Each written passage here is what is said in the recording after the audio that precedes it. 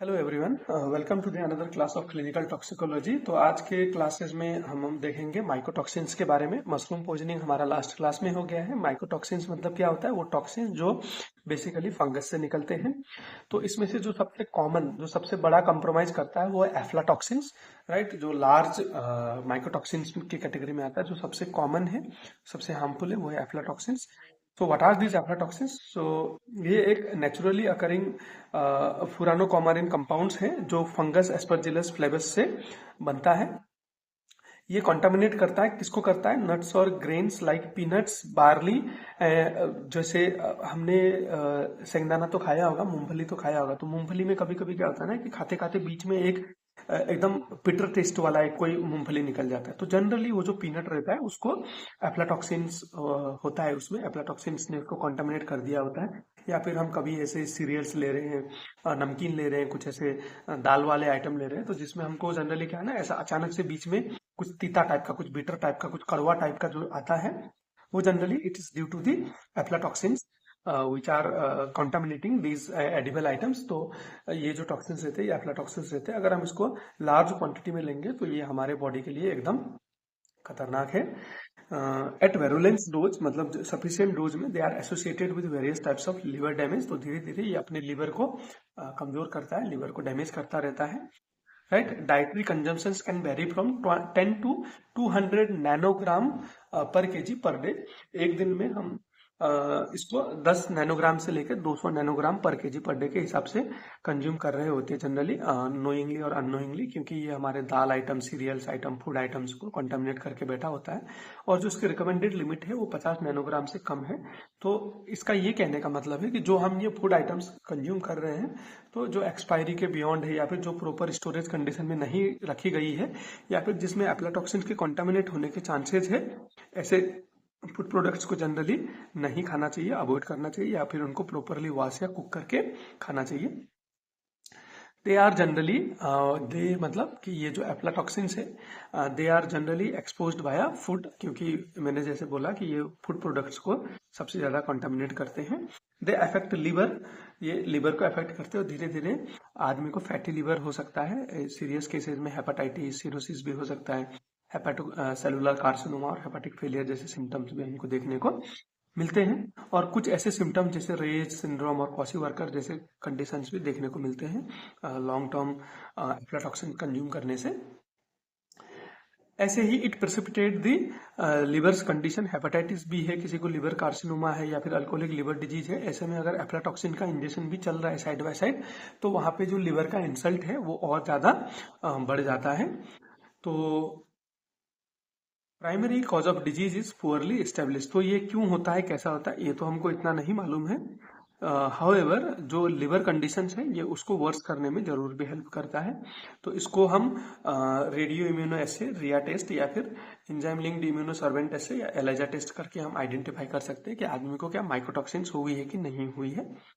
तो अगर किसी को एफ्लाटॉक्सिन्स की पॉइजनिंग हो गई होगी तो उसको हम कैसे मैनेज कर सकते हैं, राइट। इसका हमारा कोई डेफिनेट एंटीडोट तो है नहीं। तो जो भी सिम्टम्स आ रहे हैं हम उसको सपोर्टिव मैनेजमेंट दे सकते हैं। लिवर प्रोटेक्टेंट्स आर यूजफुल, जैसे हमने आगे भी मशरूम पॉइजनिंग में डिस्कस करी थी, जैसे सिलिवायरिन हो गया, सिमेटिडीन हो गया, थायोटिक एसिड हो गया, ऐसे ग्लूटाथायोन कंपोनेंट्स हो गए, है ना। तो ये जो कंपोनेंट्स हैं, ये एनएसिटाइलसिन हो गए, ये यूजफुल है, ऐसे क्लिनिकल एविडेंसेस बोलते हैं। Dietary approach and judicious eating habits. तो जुडिशियस ईटिंग हैबिट का यही मतलब है कि जो कंटामिनेटेड फूड है, जहाँ पे एफ्लाटॉक्सिन्स कंटामिनेट करे हैं, वैसे फूड को अवॉइड करना चाहिए। देख के अच्छी क्वालिटी का खाना, जो अच्छे स्टोरेज कंडीशन में रखा गया हो, या फिर एक्सपायरी डेट के अंदर में हो, तो ऐसे खाने को ही खाना चाहिए। अगर आदमी अल्कोहलिक है जो लिवर के स्ट्रेस को बढ़ा रहा है, तो ऐसे में अल्कोहल को मिनिमाइज या क्विट भी किया जा सकता है। इस तरीके से हम एफ्लाटॉक्सिन्स की जो पॉइजनिंग है उसको मैनेज कर सकते हैं। ऐसे ही माइकोटॉक्सिन्स में जो दूसरा सबसे कॉमन टाइप का माइकोटॉक्सिन है वो है ट्राइकोथिक्सिन्स बोल के। ये जो माइकोटॉक्सिन्स है, ये फुसेरियम फैमिली के जो फंगस है वो प्रोड्यूस करते हैं। So this is generally produced by the Myrothecium and other fungus of this particular class, right. तो इसमें भी 100 से ज्यादा कंपाउंड आते हैं, कहाँ पे? ट्राइकोथिसिन्स में। Right. So these are the deoxynivalenol is common one. इसमें से सबसे जो कॉमन है वो कौन सा है, डीऑक्सीनिवेलेनॉल बोल के एक जो टॉक्सिन कंपाउंड्स रहता है वो इनमें से कॉमन टॉक्सिन कंपाउंड्स है माइकोटॉक्सिन्स में से। और they contaminate corn, sorghum, barley, wheat, जो हमारे नॉर्मल सीरियल्स जो रहते हैं उस सीरियल्स को जनरली कंटामिनेट करते हैं। ये इसकी जो इलनेस है वो अनकॉमन है, अनलाइक एफ्लाटॉक्सिन्स। एफ्लाटॉक्सिन्स की बहुत कॉमन है, इनकी इतनी कॉमन नहीं है, हाउएवर इनकी भी रिपोर्टेड टॉक्सिसिटी हमको देखने को मिलती है। तो अगर किसी को इसकी टॉक्सिसिटी हो जाए तो वहाँ पे हमको क्या क्या क्लिनिकल फीचर्स देखने को मिलते हैं। तो जिसने भी इसकी टॉक्सिसिटी हुई है उनको abdominal pain, throat irritation, vomiting, diarrhoea, vertigo, headache ऐसे सिम्टम्स हमको देखने को मिलते हैं। और जीआई सिम्टम्स और haemopoietic symptoms like cytotoxic agents हमको देखने को मिलते हैं। अगर कहीं पे इनहेलेशन एक्सपोजर हुआ है, हाउस, ऑफिस, डस्ट में ऐसे, तो वहाँ पे कफ, डिस्निया, वीजिंग, चेस्ट टाइटनेस ऐसी चीजें हमको देखने को मिलती है। और कहीं पे हमको डर्मल और ऑप्थेल्मिक एक्सपोजर हुआ है तो विजुअल डिस्टर्बेंसेज हो सकती है, कंजंक्टिवाइटिस, राइनाइटिस, फेरेंजाइटिस, एपिस्टेक्सिस ऐसे सिम्टम्स हमको देखने को मिल सकते हैं। अगर किसी को इसकी पॉइजनिंग हो जाती है तो उसको कैसे मैनेज करना चाहिए। एक्टिवेटेड चारकोल इसमें फायदेमंद बताया गया है। डिकॉन्टामिनेशन हम कर सकते हैं अगर एक्यूटली लार्ज डोज कहीं पे इंजेक्शन हुआ है। तो ये जो अपने टॉक्सिन कंपाउंड्स हैं, राइट, इनको ये डॉक्यूमेंटेड है रिपोर्ट्स में कि as a bioweapon use किया गया था अफगानिस्तान में और एशियन कंट्रीज में पहले। तो तब से इनको ना biological and toxin weapon convention के हिसाब से 1972 में इनको बैन कर दिया गया था, जो 1925 में जनेवा प्रोटोकॉल में भी इनको बैन कर दिया गया था कि हम इनको कोई as a bioweapon use नहीं कर सकते थे, राइट। तो ये हो गया अपना शॉर्ट एंड स्वीट एक्सप्लेनेशन ट्राइकोसिन्स का।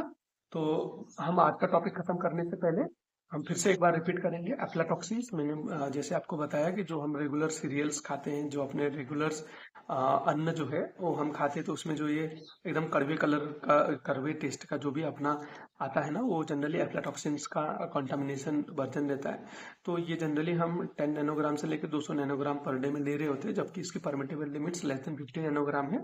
तो ऐसे को हमको जुडिशियस होके खाना को खाना चाहिए।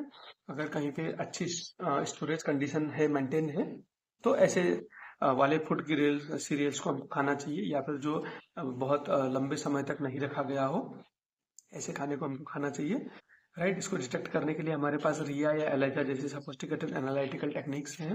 इसको मैनेज करने में हमारे पास कोई डेफिनेट एंटीडोट तो नहीं है, मगर जो लिवर को सपोर्ट करने वाले प्रोटेक्टेंट्स रहते हैं वो इसमें यूजफुल बताए जाते हैं। फिर ऐसे दूसरा कंपाउंड आता है अपना ट्राइकोथिकिन्स।